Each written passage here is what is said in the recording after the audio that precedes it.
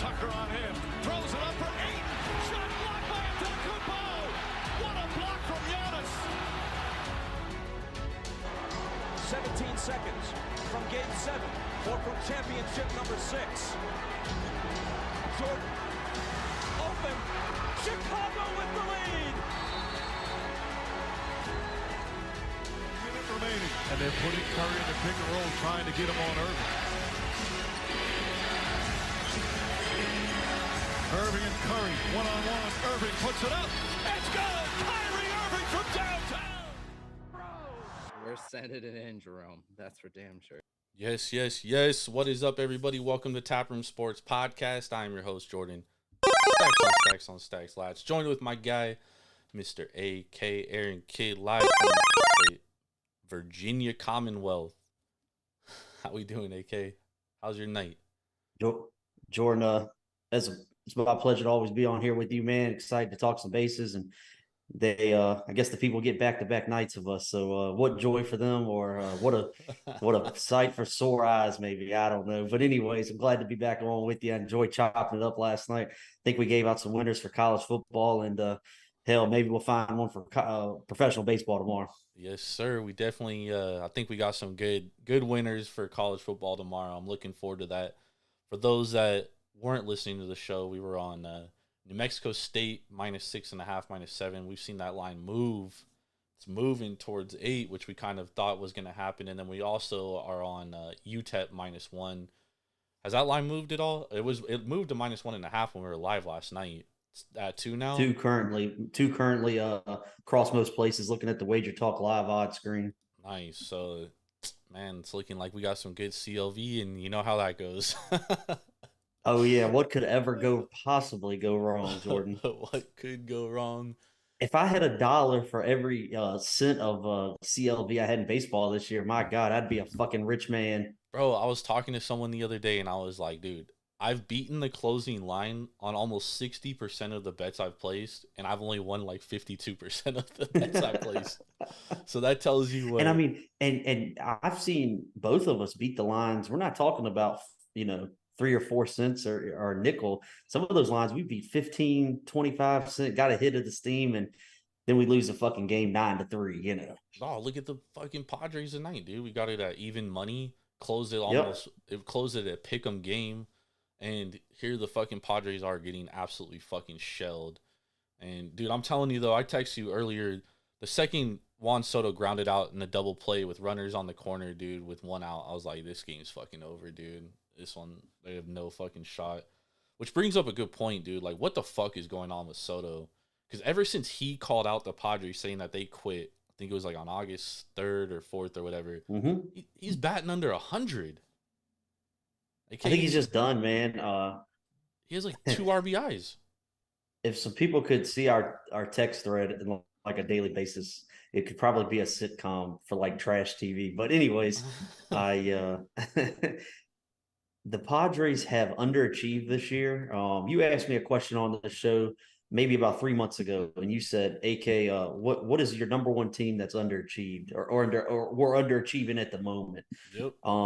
I think my number one answer was the Padres, and actually I think one of my other answers was the Seattle Mariners, because the Seattle Mariners was a team that I was really high on coming into the season, and look what they've done since the All-Star break. So my point of that is you can turn it around. Hell, look at the Arizona Diamondbacks, the hat I'm repping tonight. They started off red hot.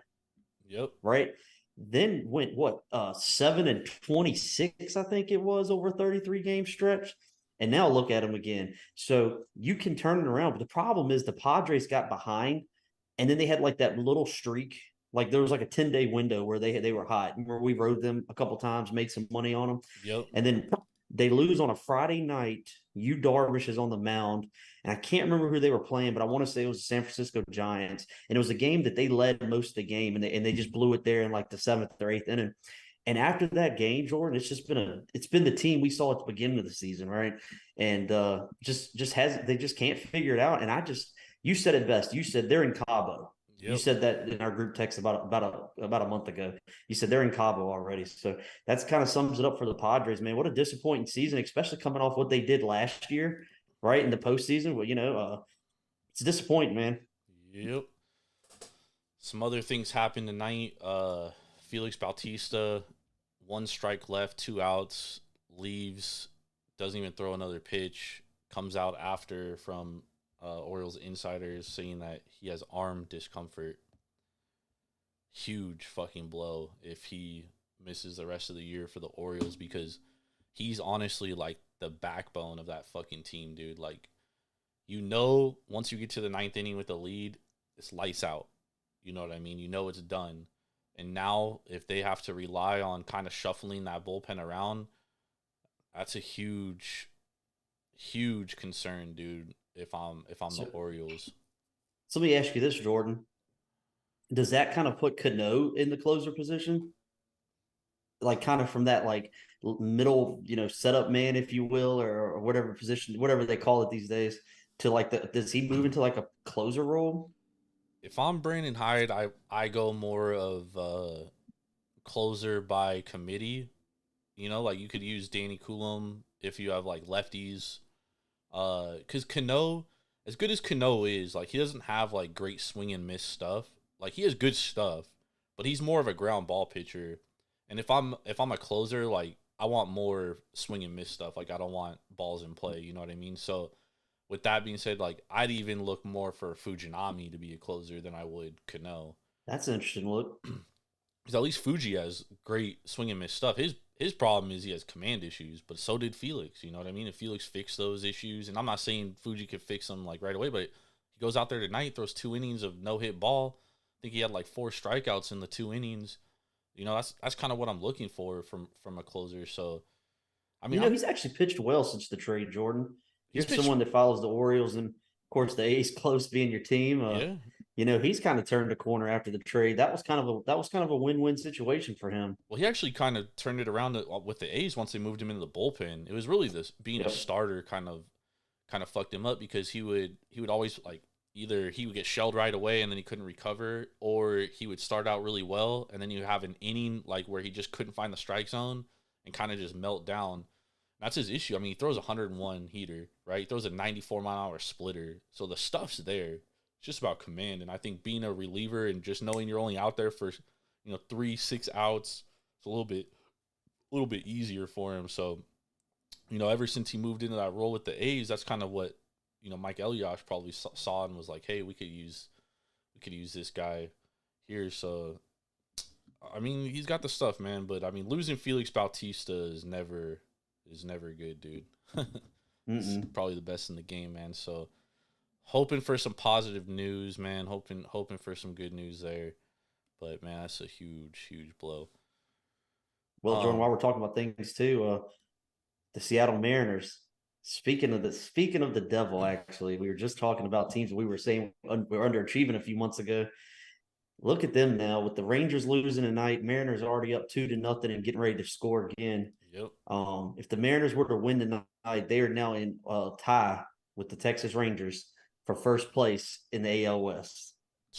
I have a ticket, as you know, plus. Gosh, I can't remember what the ticket is right now. I think it's plus 375. Is that what the ticket is, Jordan? Do you remember? Yeah, it's a good one. I'm pretty. I think sure. it's plus 375. Yeah, I think you're right. The Seattle Mariners that we placed before the season. Me and my buddy Adam Trigger, a good friend of the show, me and him actually split that ticket and also split the Seattle Mariners to win the AL and actually a very small ticket on the Seattle Mariners to win the World Series. So. Jordan, what's crazy is I was, listening to Xavier Scruggs, former KBO guy, former major league guy with the St. Louis Cardinals today, saying that the Seattle Mariners drafted and developed all 5 of their starting pitching. Not Luis Castillo. Excuse me, not Luis Castillo, but if you take Castillo out and put Emerson Hancock in there, who's kind of making spot starts now, those 5 guys they drafted and naturally, by natural attrition, developed them right through the minors, and that's what that says for their scouting team. General, guys that are making decisions right in the office is huge, but it also says. I think that's a recipe for winning in the playoffs, right? Is good pitching. Oh, yeah. I think good pitching beats good hitting any day, yeah. or most days, excuse me, more days than not, right? Yep. And so I really think that the Seattle Mariners, if they can get in the playoffs, which they should, whether they win the AL West is irrelevant on that, but they should be able to secure a wild card spot. I would not want to play this team in a wild card or ALDS matchup, Well, man. I really wouldn't. I said that last year too, and What? you know the Astros came through and like while I don't the Astros obviously they're not as good this year as they were last year. I think that is for sure. Like last year their bullpen was it was unbelievable, dude. Like if they had a lead going into the 5th inning, it was basically over, you know what I mean? Like we saw it with the in the playoffs, right? Like, you know, once they got to the bullpen, nobody could get a hit off them. And I think that's kind of changed now. But, you know, it still stands to the point. Like last year, I going into the playoffs, I was like, dude, I don't think there's a better pitching staff, and I'm talking starters and bullpen, than Seattle and Cleveland. I thought both those teams were like the 2 best pitching teams in the playoffs. And, you know, Seattle, they mopped Toronto, and then they were up on Houston, and then Jordan hits that walk-off grand slam, and they were just never the same, dude. Just never the same after that. And so I do think that there's like key moments. I think getting into the playoffs last year was huge for them, AK, because it gave them experience, right? So like the Julio Rodriguez of the world, you know, Logan Gilberts of the world, George Kirby's of the world, like those guys now have playoff experience. They never had playoff experience before. I think that is majorly beneficial. And if there is a team that I'm looking to back in the future's perspective now to win the World Series, I'm definitely looking at a team like Seattle. I'm also looking at a team like Minnesota, because I think Minnesota has kind of the same recipe as the Mariners. You know, Minnesota has Pablo Lopez, Sonny Gray, Joe Ryan. Ken Amaeda's a good starter, right? He's not terrible. And then they also have Bailey Ober, who's also a good starter. And then in the back end, they got Johan Duran, I'm sorry, who might be one of the top 4 or 5 closers in Major League Baseball, right? So I agree with that. Yep. I think they got a pretty good recipe. And now Minnesota, they got Royce Lewis back healthy, Kepler's back healthy. Like now they got all these guys back, and then Wallner is having a hell of a year. He's really stepped up. And this team, I think they have a good recipe to make a run in the playoffs as well. I think both those teams is 2 teams that I'm kind of looking at, because Texas, I mean, bro, they might not even make the playoffs, AK, at this point. I know you said that about a month ago, Jordan, and I texted that to our group text tonight. I said, man, there's a route here where the Texas Rangers do not make the playoffs, which would be unreal. Let me say my first thought though, to follow up on what you said about the Twins. Let's not forget how good the Twins were at the beginning of the season either. Yeah. Right. They battled a few injuries, right? Figured out their bullpen before Duran, and still are, you know, guys like Jax and all them, but they figured it out again. So that's the ebbs and flows we talk about baseball every single day. But it's how you handle it. So the Twins started off really well. They fought through some adversity. You know, Buxton's always kind of banged up, you know, and Byron Buxton could be one of the best players in Major League Baseball had he ever stayed healthy. Yep. You know, 100%. gosh, Buxton is unbelievable. I think it was last year I had a ticket on him to win MVP. He was the MVP I thought for the first 2 months of the season too. It had life. Yeah. It had life. Yeah, it had life. But anyways, so that's what I said about the Twins, man. The Twins are just finding themselves again. They fought through some adversity, but it made them better. A team like the Padres faces adversity, and then they lose 4 out of 5, right? Or you know, they go the other way. Yeah. So it's how you battle, man. Baseball is such a grind. It's 162 games a year, and it is such a grind. But it's also about staying healthy. Look at the Tampa Bay Rays. As crazy as it is to say this, and this won't happen. There's even a route that happens that the Tampa Bay Rays don't make the playoffs. Yep. And we thought they were going to be the best team ever in Major League Baseball history. Yeah, they looked like it for the first month of the season for sure. And now, like, talk about battling injuries, dude. That team is battling. Like, the team that they have on the IL for the season would be like one of the best teams in the league. You know what I mean? Like, that's how. And obviously, you know, guy getting suspended as well. But to the point about the Twins, dude, like they lost 2 games they probably should have won against Milwaukee earlier this week, right? On Tuesday and Wednesday.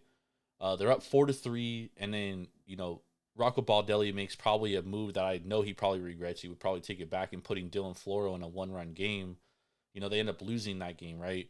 And then the next day, the game's going back and forth. They end up losing in extra innings, right? They should have probably won those 2 games. But to your point, like, the Padres lose those 2 games, they probably lose the next fucking 5 or 6 games, right?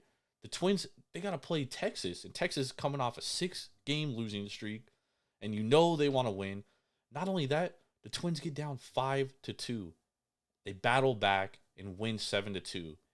Or 7-5, I'm sorry. They win that game 7-5 last night. And that told me right there, I was like, this team is fucking heart, dude. Like, this team has heart.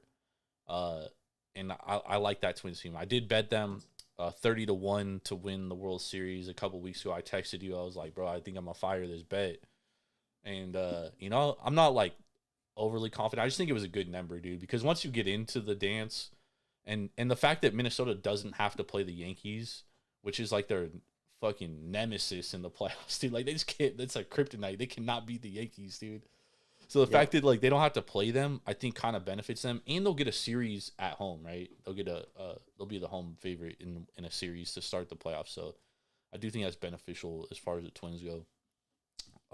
Jordan, what's your opinion on the Blue Jays, man? What the fuck is going on there, man?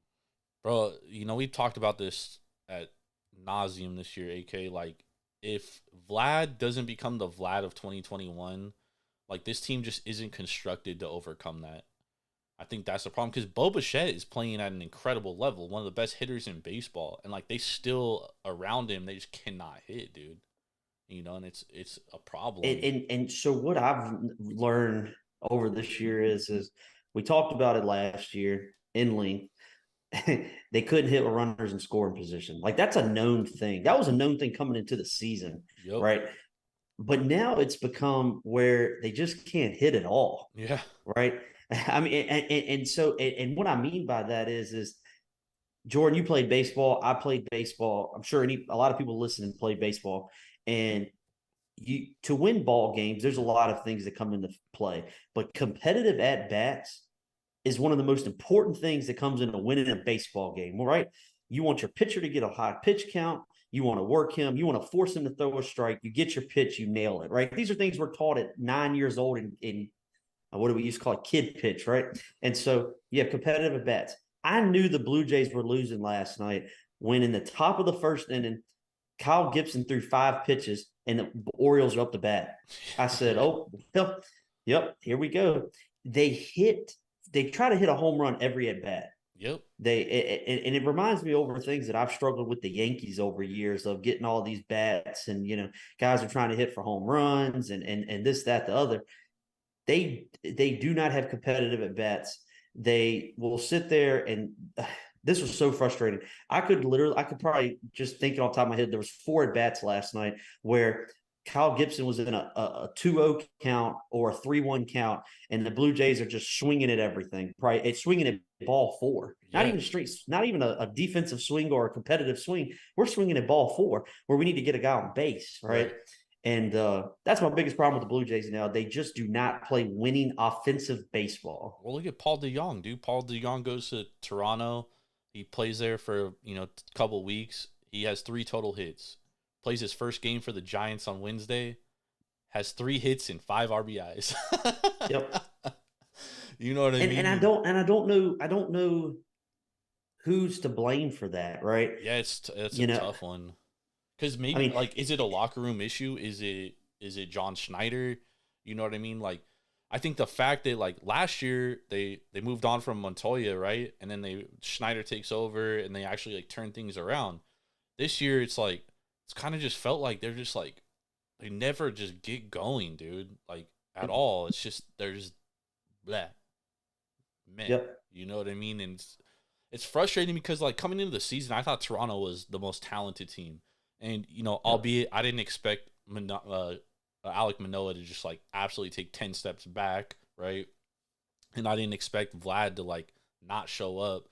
But I think the Vlad thing's huge, dude. Like, this is a guy that we talk about as a generational talent, and he's not performing up to that level. And, like, he needs to take some accountability, you know what I mean? And, like, he needs to figure it out. And to your point of, like, trying to hit home runs all the time. Like, I feel like that's kind of Vlad's thing. Like, he doesn't try to go the other way. He's not keeping his hands back and waiting for the ball to come to him. He's kind of just going up there and trying to hit it as hard as he can, with nobody on base. Like, dude, you got to get base runners. You know what I mean? But it's not just him. It's Springer. Even Chapman has started swinging like that. I think injuries have I think injuries are a huge part of Springer's regression because he's, last year he had that shoulder injury, right? And then this year he hasn't looked right at all, like since the beginning of the year. So I think as far as Springer's concerned, but dude, they made that they signed that contract. You know what I mean? Like, that might be one of the worst fucking free agent signings in a long time. Jordan, the only silver lining for the Toronto Blue Jays is they've got to finish this series out against the Cleveland Guardians. They got to go play a Washington Nationals team that's playing good baseball right now. They're hot. But they do get the Colorado Rockies, the Oakland Athletics, the Kansas City Royals, the New York Yankees in all 3 to 4 game series before the end of the season. So those are all winnable series, right? So as is all the bad things we're saying about Toronto, they still have a way to get into the playoffs. Oh, for playing sure. A couple, less than average teams, if you will. Oh, definitely. Especially with how Texas is just like absolutely free falling right now. And then obviously, Boston is just so up and down. Like, Boston is just, they'll go on like a 6-game Boston's just really good at home, and Boston struggles on the road. Like, that's just like the kind of the epitome, if you will, of how they are. They play well at home and they struggle on the road. Like, that's the easiest handicap of Boston Red Sox ever. But they took 2 out of 2 in Houston on the road. And I don't think Houston's that good. Like, you kind of mentioned earlier that Houston's not as good as they are last year. I don't think Houston's very good at all. Yeah. I know they've battled through some injuries this year too and things like that, but they are not the same Houston team that we've seen. Yeah, no, they're not. And thank God it's time for them to go away. Yeah, thank God, exactly. Hey, don't look now, but AK, the Nationals do have an outside shot at making the playoffs. They have a route. Yeah. This is crazy as that sounds, dude. Like, because I mean, they're almost as far back as San Diego, and I mean, there's a great possibility. Like, Washington's playing Miami this weekend, right? And Miami's they're 2.5 back of the wild card, and they're kind of free falling too. Washington wins tonight. If they if they win 2 out of 3 in that series, that kind of helps them. And the Giants are out here. Team fucking sucks, dude. And then the Cubs. I don't think the Giants are that good. Like, and listen, I know they're a West Coast team. I didn't think they were that good when they won 108 games or whatever it was in 2021 either. I still can't explain how they did that, dude.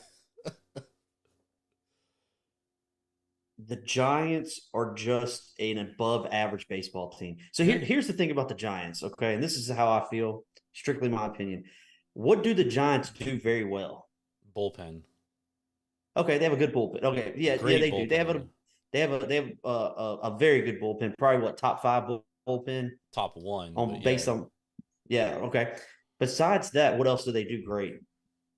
Nothing. They don't have great starting pitching. Hell, they've kind of actually they've done it well now that I think about this, but they've pitched more bullpen games in the fucking season than I think I've ever seen in my life. I mean, hell, I thought they were going to put me, you, and Irv out there, just opening the game, and telling us to get 3 outs. So, but they've done it well. Okay, yes, okay. They don't hit the ball extremely well. They struggle to score actually, and have the last couple of months. Oh, they have the worst WRC plus in since the All-Star break. Yep, they don't hit. I mean, okay, right. So they don't have great starting pitch, and I know they piece it together with their great bullpen pieces and this, that, the other. My point of that is, Jordan, they're an above average baseball team. And have we seen above average baseball teams get into the playoffs and win a series? Sure, we have, right? The first one that comes to my mind is the Cleveland Guardians last year. Take that back. Cleveland Guardians last year had elite starting pitching and elite bullpen. Right. I've seen an above average team win 3 World Series in my life, and it's the same San Francisco Giants team we're talking about. My point of that is, I just don't think the Giants are that great. That's my opinion. That's what I think. Yeah, no, I think that I think you're right, dude. And Ben is a Giants fan, and like he'll tell you, he'll be the first to admit it. Like he's been saying since day one, he was like, "This is an 81-81 team." He's like, "This is a 500 ball club." He's like, "We're gonna." Well, and they also struggle on the road too. They play very well at home. Yeah. They struggle on the road. That's another team that struggles on the road Well, mightily. You know, that's always been the Giants' benefit, dude. That was when they won World Series too. Like they construct their team to their ballpark because their ballpark is it's not going to give up a ton of home runs, dude. It's going to give up a lot of gap to gap hits. So you have to have a good defense and you have to have good pitching. And they've always kind of been that. But yeah, dude, this year it's just like they throw guys like Gabe Meckler out there, dude. Like who the fuck is Gabe Meckler? Like he's a 4A player basically, right? Lamont Wade had a fucking career year in 2021. Had an absolute down year last year. He's bounced back a little this year. He obviously hits right-handed pitching really well. He works at bats. But that's the thing about the Giants, dude. They have like these Jags, just another guy, and they just get these timely hits, and it's just impossible to explain how they fucking win ball games, dude. Like they definitely got a time and hit for 8K a couple Sundays ago. Which game? Okay, so I'm gonna throw it out and say it was 3 Sundays ago, maybe 2 Sundays ago. I can't remember. It was before we went to Vegas, and the mighty Logan Webb was on the mound. So played the Giants, playing the Rangers, I think it was minus 120 maybe. And Logan Webb, of course, we know gets the worst run support in Major League Baseball. Yeah, he's on the mound tonight. So Giants got runners on first and second right now, bottom of the third, AK. Well, they take a 1-0 lead into the 9th inning, and they leave Logan Webb in one pitch too long. Oh, yeah. And Texas Rangers tied up 1-1, go into extras. Texas Rangers score, go up 2-1, and with 2 outs, I think 1 strike. I wish I could say it was 2 strikes and make the story even cooler, but it was 2 outs, 1 strike. I think it was Bailey gets up there and just yanks a 2-run shot home run to walk it off for me. So that's what I'm saying. They get the timely hits, dude. For the people out there listening, Jordan texted our group text and was like, AK, you're the luckiest motherfucker I know. And so yeah, shout out to AK. Timely hits. Let's go. Yeah. Hey, AK be having some of the craziest wins, like the Saints win, dude. Like, dude, how was that? or my best, not this is my best one. This one always will stick in my head. I actually think it was the Brewers and the Twins playing like circa June of this year. And then Devin Williams was on the hill and fucking Carlos Correa hit the 3-run walk-off home run, dude. Yeah, so even before that, if you remember, I think the Brewers were up like 6-2 going into the 8th, and then they allow 2 runs in the 8th and then make it 6-4. And then we go into the 9th when with Devin Williams, one of the best closers, if not the best closer in the game. And he gets up there and Carlos Correa hits a 3-run walk-off home run. And you were on the Brewers and I was on the Twins. So that was a fun night in the group text. Oh, dude. It was even funnier because AK's sitting there all fucking night, dude. I fucking hate the Twins. Fuck the Twins, dude. I fucking hate these guys. And then all of a sudden, dude, I was like, this fucking guy, dude. This fucking Twins team, man. The Twins have been my like but I do have a good feel for them now, dude. You know what I mean? Like I texted group chat today. I was like, bro, I'm running Twinkies back again, dude. Like, yep. I think this is a good spot. And tomorrow I'll probably be on if I were to make a bet, I'd probably be on the Rangers, to be honest. I just think it's and you can tell the books have started valuing the Twins, right? You know, Dane Dunning with his record, and we can talk about regression and what's going on with him now, what we've been expecting for a long time. But my point of that is the books have started realizing, hey, the Twins are okay, right? The Twins are pretty good. Yeah. Look at the line tonight, right? That was screen Twins. Well, it kept moving too. It was like 1:15 in the morning, and then it just kept moving towards the Twins all day. I think it closed at minus 125, and that was just minus 130 spots. Yeah, it's just, and that Rangers team, man, bless their hearts, because their regression has, I knew we said it was coming for months and months, but it hit like a fucking bitch, man. Yep. It is, I mean, dude, it was bound to happen though, AK. Like, you can't continue hitting 300 as a team and with runners in scoring position. Giants can't hit with runners in scoring position at all, so, you know, at some point they're going to get a fucking hit with runners in scoring position. Logan Webb's going to have to, he can't give up no more hits, dude. Giants suck. This fucking team is ass. Oh my gosh, the Giants got they didn't score a fucking run there. Are you kidding me? They had runners on first and second with 1 out, dude, and struck out. And dude, that's the thing with Spencer Strider too. Like Spencer Strider's the most overrated pitcher in all of baseball, dude. Like He is. the media will sit here and tell you how great this guy is because he throws 99 and gets a ton of strikeouts. But dude, this guy gets shelled by everybody. Are they winning? Let's go. If Richie's listening to this, I know Jace Peterson just hit a freaking triple, scored a couple, 3-1 now. Let's go. If Richie's listening, I know Richie's on the fucking Reds tonight, so he's probably fucking furious. He's probably hey guys, anybody listening, go follow our buddy Richie, man. That dude is fucking hilarious. Like he's worth a follow just because like he's the epitome of what we all think when we're watching a game, especially like if we have action on it, but like we don't want to say it, right? To be like politically correct. and then Richie just says it. So like I live vicariously through Richie if like we're on the same side. Bro, yesterday we're both on the Twins and Kepler fucking strikes out with runners in scoring position, right? This is before they were winning. Richie goes on Twitter, tags Max Kepler, dude. It's like you need to be sent down to AAA. Fucking bum. I'm like, bro, chill, dude. Like, these are humans, dog. Like, like, they're not machines. Oh, he just texted me right now. He said, Niners looking like bums. Darnold fucking blows. I'm telling you, dude. Richie is worth the follow just to list. Like, just it's hilarious. Like, he'll be silent all day on Twitter, right? On social media. Like, you won't hear a peep out of him. Like, the world could be falling apart, right? And Richie doesn't say a word. But like the minute a game comes on, he has action on, and he's just fucking ready to tear down the world. Like, he's just ready to burn his entire neighborhood. And like before the bottom of the first inning. Oh, I mean, to be honest, AK, that's you too in the private chat though. Yeah. See, like I said, he says all the things that I wish I could say on social media. You be ready to fucking go send armies to cities and states. Oh, I love it. Hey, let's move over to the NL real quick and the playoff races over there. So, how do you kind of think this playoff is kind of set in the NL, or do you see any movement? I know you have that future on Cincinnati to win the division. But at this point, dude, I don't think the Brewers will ever lose a game. Like, they just keep winning, dude. So, once again, the Brewers, they started off pretty well, kind of struggled there for a while, figured it out, fought through a little adversity, sent Rowdy Tellez down to AAA where he was killing it, by the way. Charlotte, where were they sending him down? What's their minor league team? I think it's what team is it?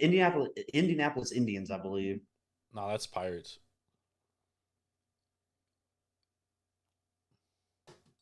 What am I saying? It's the Nashville Sounds. I know that. Nashville. Here's my thing.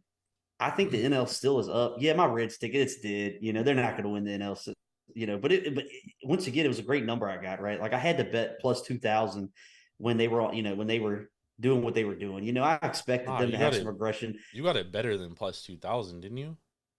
Did you get 20? Yeah, it's some number like that. It's good. I don't have my phone on me. My phone's on the charger. It died, but anyways, my point of that is I have a very nice ticket on the Reds with a ton of value. Right? You bet this game to bet numbers. I bet a number. But anyways, to answer your question, Jordan, I mean the Phillies they're just figuring it out. They always do.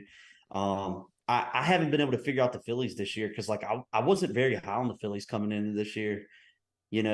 And here they are, going to make the playoffs again, yep. Right? And so this is my prediction. I do think the Diamondbacks find a way to make it into the playoffs, right?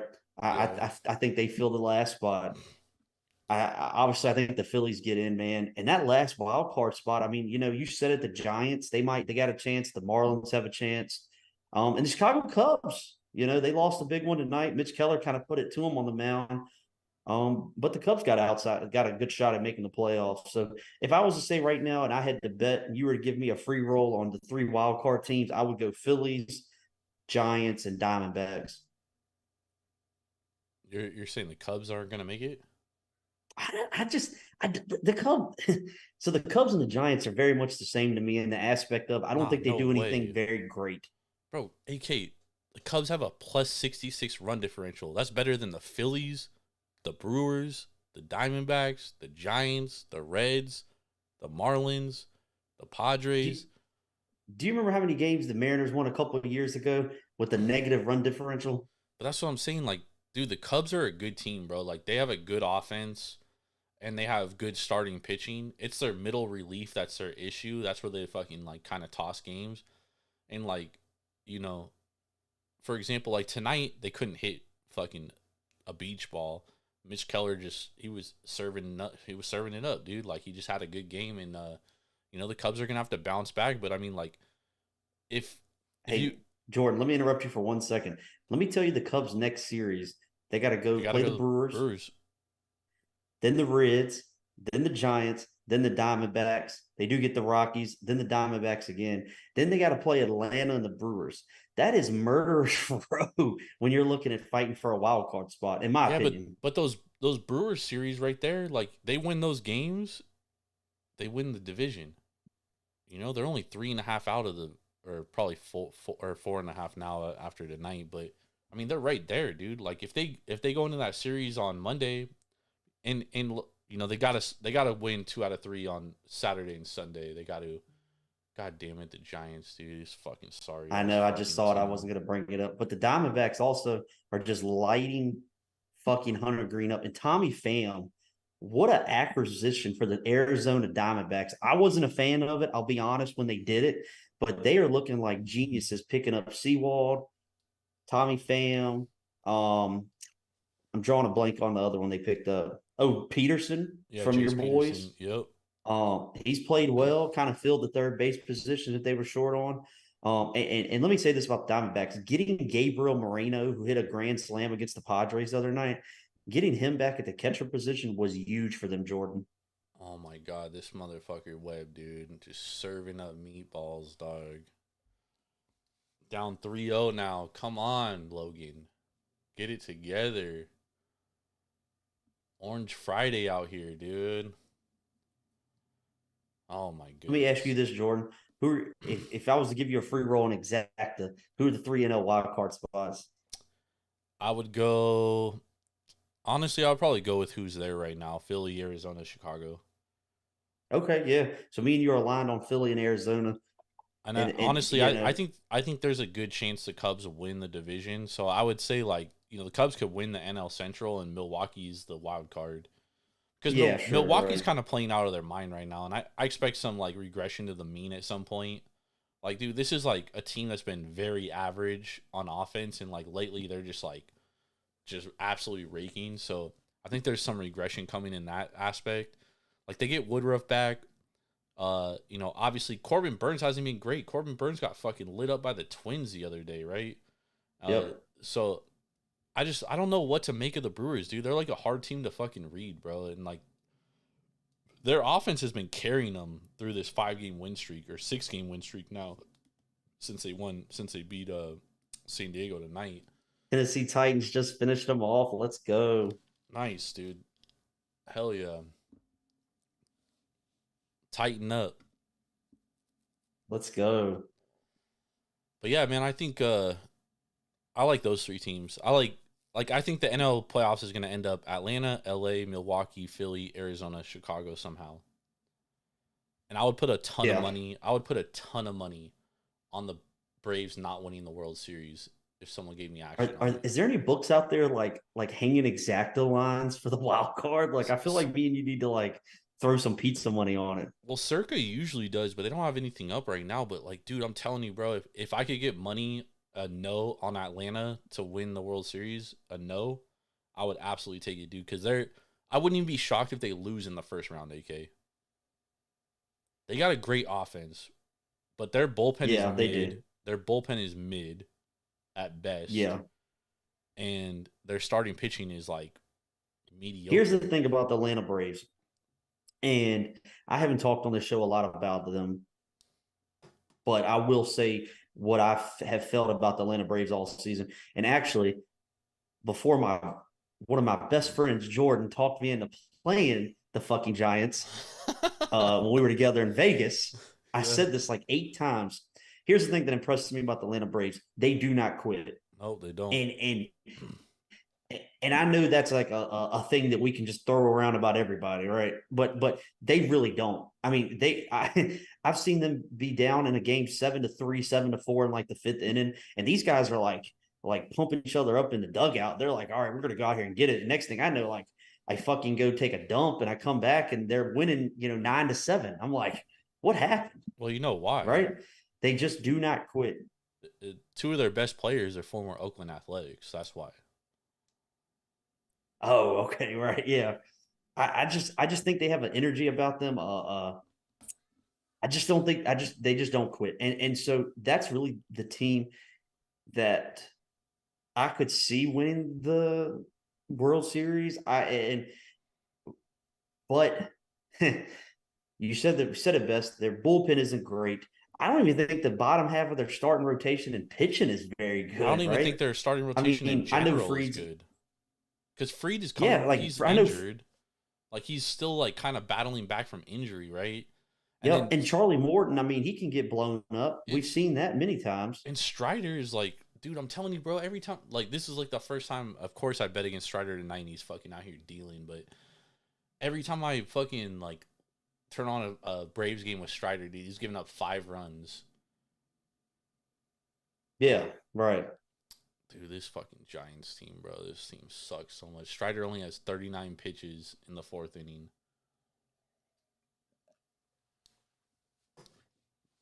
Giants are going to win this game, though. Bet it live right now. I'm telling you, dude, they're winning this fucking ball game. Late night magic for the Giants. They just need some. They need to just scratch away, dude. Just scratch away. Get to fucking Mr. Wildman Strider. It's unbelievable, dog. Unbelievable. Oh my god, I fucking hate the Giants. As much as I hate the fucking Padres. Not as much, but it's getting close there. Have you looked at any games tomorrow, AK? Jordan, I'll be honest with you, man. I was sitting here kind of going through some things right now, and of course, a lot, it's hard to handicap games before the game before that, the day before is played, but I'm not in a rush to lay minus 170, man. But as many bad things as I've said about the Blue Jays, I would be very surprised if they lose tomorrow. And I know half of the show is us trying to find winners, man. And I really do think that's a winner. I think the Blue Jays will win tomorrow.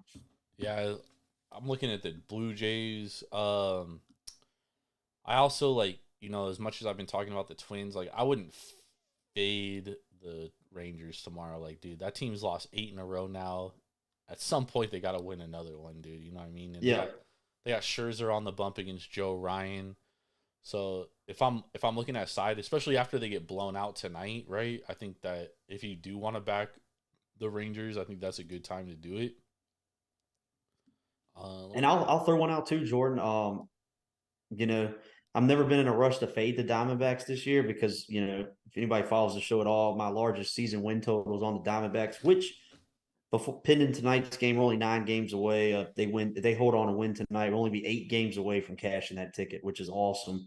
But I wouldn't be in a rush to back the Diamondbacks, trotting Zach Davies out there, who hasn't pitched great for Reno in AAA. So I wouldn't be in a rush to back him, and I maybe would even be in a spot to back the Reds tomorrow. So I'll throw that one out too.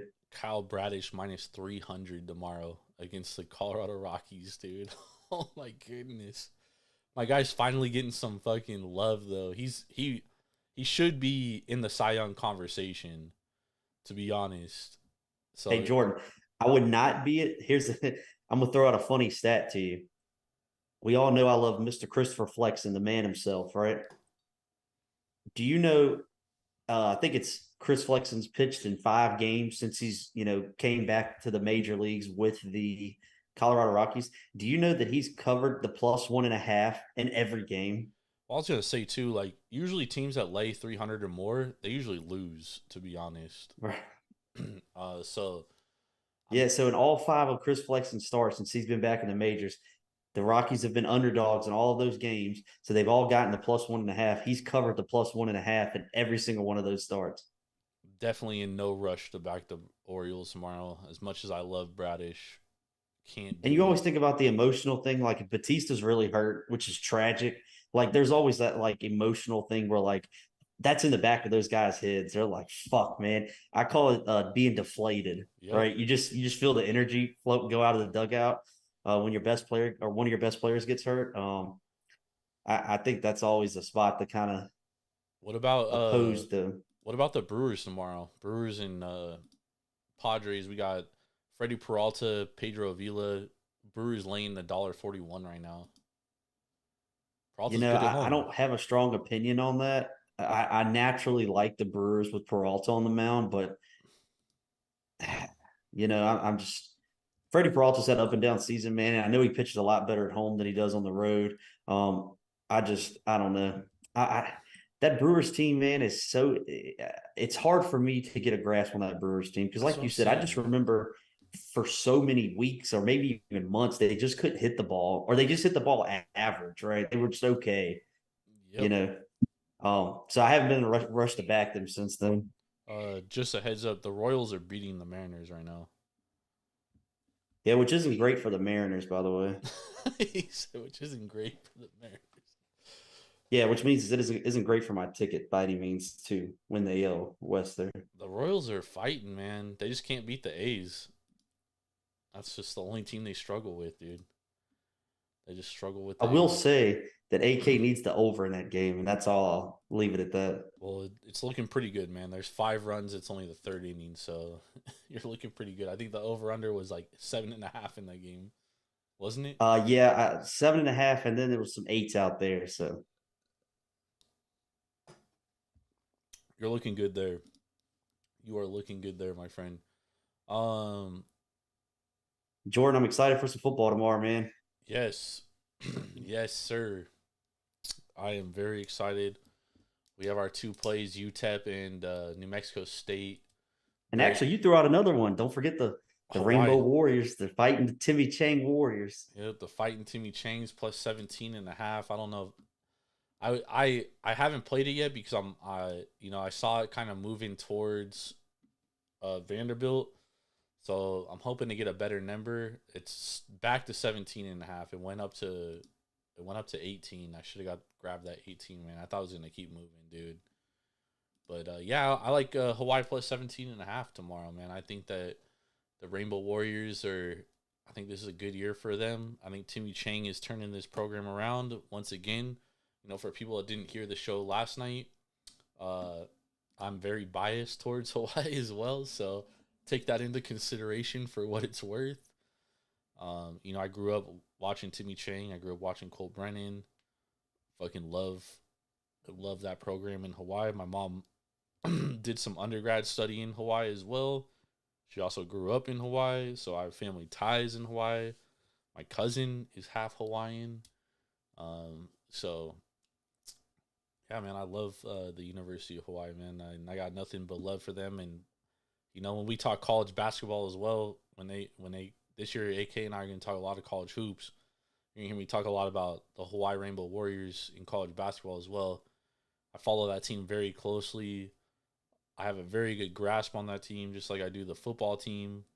So I do find value in spots, man, as well as fading them as well. So there's that.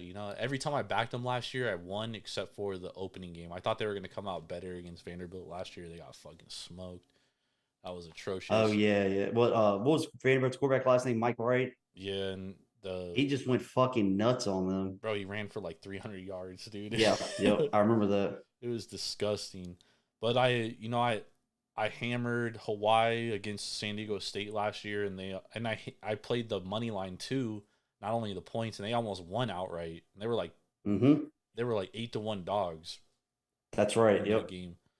I also played them against UNLV when UNLV had to win that game to make a bowl game, and everyone was talking about it. Oh, they're gonna win because they need to win this game, and Hawaii won the game, dude. So yeah, I like. Hey Jordan, I know we're about done, but I'll leave you with this. just to run down real quick some college football futures that I officially placed. Oh yes, dude. Let's do it. Let's do it. Yes. AK. So just for recap purposes, we're just gonna run. Hold on, let me just. Sorry, I should have been ready for this, but No, no, no. I'll go through mine as well that I've played. I know we both are on BC over 5.5. Boston. yep. College. Just for full transparency's sake, Jordan, um, AK placed Boston College over 5.5. I did play Iowa Hawkeyes over 7. over 7.5, which is a great number. It's at 8.5 a lot of places now. I played Kansas over 5.5 wins. Okay. Yep, I I played both on that too. I played Memphis over 7.5 wins. That's probably me. AK's only loser. So those are my college football futures I placed. And then my last one I placed Akron over 3.5 wins. Was it 3.5 or I guess 2.5? it's 3.5. Okay. It's at 4 most places now. That was my smallest one for the sake of transparency. From smallest to biggest, Akron was my smallest. Boston College was my next one. Memphis was my next one. Kansas was my next one. Iowa Hawkeyes was my biggest one. Nice. So the futures I've played, I also played BC and KU over 5.5. Kansas, you, me, and CT, we talked about that. Yep. And we kind of talked each other into that. So place those. I also have UTEP plus 2,500 to win Conference USA. That's down to like plus 1,250 now. So there's a lot of movement on there. I also played Jeffrey Sims plus 30,000 to win the Heisman. He's gonna be playing quarterback for Nebraska. I just think he's got the mobile legs. I think if Nebraska does happen to kind of make some noise, and maybe they do, maybe they don't, I think Jeffrey Sims could have a big part of that. For transparency, last year I placed Caleb Williams to win the Heisman before the season. Yep. Caleb won the Heisman, so there's that. And then I also played under 10 wins for Ohio State. I don't think Ohio State's. I think Michigan's a better team in that conference. And I also played Wisconsin to win the Big Ten in an exacta against. Let me pull up the actual number real quick. Hold on 1 second, so I can give full transparency. Where'd you bet that at? Circa? I bet it at Circa, yeah. Yep. I have Wisconsin to beat Michigan in the Big Ten championship, 20-1. There you go. So I'm high on Wisconsin. I didn't want to play their over AK because I just thought it was a little saturated at the point. So I figured that the best value play I could make, and rather than winning the conference because they were only like plus 800 to win the conference or something, I was like, you know what? I think Michigan and Wisconsin are the two best teams in each of their conferences. So if I think Wisconsin actually has a chance, I think that's the best value play in plus 2,000. So I'm not saying it's going to get home. And you know what? If they get in that championship game against Michigan, it gives me a great chance to hedge. So that's kind of the opportunity I'm looking for. You can say what you want to about this too, Jordan, but I actually posted those futures on excuse me, I said Facebook, Jesus, 2008, on Twitter like 3 weeks ago, and I actually had two different people message me and was like, "Hey man, I can't get Iowa at 7.5," or "Hey man, I can't find Kansas, over 5.5." Because my first advice always is shop, right? Shop for the best number. But sometimes those numbers move. We talked about this last night pretty far in depth. And so my advice to you would be, if the number doesn't work for you, don't bet it, right? Yeah. Or if you find a number that's value. So like Kansas right now, I think Kansas is at 6.5 some places, but a lot of places it's 6. So let's just use the number 6. I drink a little juice with Kansas. I think I got it like minus 140, right? 5.5. If you can get over 6 at like minus 110 at a dime line, I see the value there, right? Yep. Because worst case scenario, you're playing for a tie, so you can land at 6. Yeah, I think over 5.5 is key. Now, my point of this is, man, do what works for you. I would never play a game to where it's more than a game further than that. Like with Iowa, I don't like Iowa at 8.5 wins now. Yeah. Right. I don't mind Kansas at 6 wins because I'm essentially playing 6 wins at over 5.5. Right. Now I wouldn't like Kansas at 6.5. So my best advice would be do what works for you, man.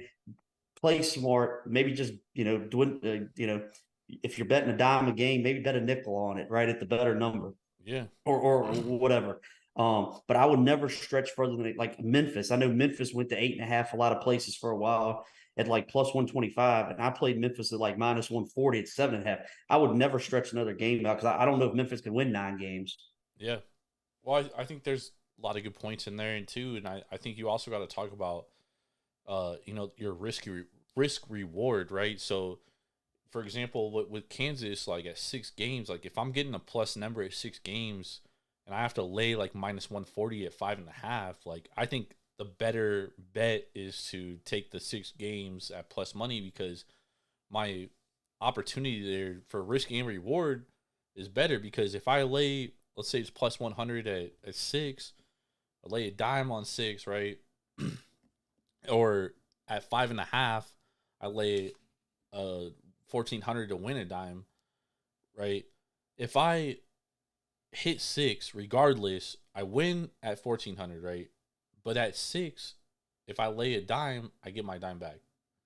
Yep. So it's the same thing, essentially. We're looking for that 6 regardless. So if they win that 7, then you made a better bet. Yep. Only having to lay a dime to win a dime. In the words of the EV guys, you would be at a plus EV there. Yeah, no, I mean, I'm always on the hunt for plus EV. I'm not a math guy by any stretch of the imagination. I try to pretend I am. I'm learning, dude. I'm learning as I go along. Like I came do a pretty good job at golf on it. I will give you that. Golf is the easiest because it's one person. So you don't have to factor in anything else other than the course and that one person. Like you don't have to factor in, 42 other players, right? So I think that's the biggest difference with golf that I'm finding, But, I came into sports betting as a absolute sports fanatic, dude. Like you're talking about a guy that literally that's all I do, dude. Ask any girl I dated, dude. I fall asleep to fucking ESPN Sports Center every fucking night. Same here. Now I fall asleep to like VSiN on TV, but it's probably not a good thing because they got a lot of dog shit content on there. But the point is like I live and breathe sports, dude. And so I got into sports gambling because of that. And so at first it was like, okay, let me use my knowledge for that. But then as I came to find out, like that doesn't always work. You do need to learn these. You do need to learn the predictive analytics. You do need to learn more of the math side and kind of what is plus EV because, if you're laying juice isn't bad, right? But if it's laying juice for the right number, that's what's important, right? So, and going back to the Braves game the other day, I tweeted out, they were laying like I think at the time they were laying like $1.96. I was like, dude, there's actually value on the Braves at $1.96. Surprisingly, not saying I would lay it, but I'm saying that there was good value on that at the number. So, like AK said, do what's best for you, but always just think smart. Be smart, and try to learn. I'm learning every fucking day, dude. Every fucking day I'm trying to learn and be better. And that's why I've, got myself in the circle with AK and CT and Trig and Brian Power and Zeno. Because these guys know different things than I do. And so if I can learn anything from them and maybe teach them something, like I feel like it benefits us all, right? And at the end of the day, it's us 100% right, books, man. Dude. At the end of the day, it's us versus the books, Jordan. We're all here. I think I speak for most of us. We got into it because we love sports and we also love making money, right? Yeah. So if you're telling me my hobby, right, or my interest that I love sports, like you said, I've been watching sports since I was in my mom's womb, I got out on, to the world with the UVA jersey on, right? Or a Redskins jersey on.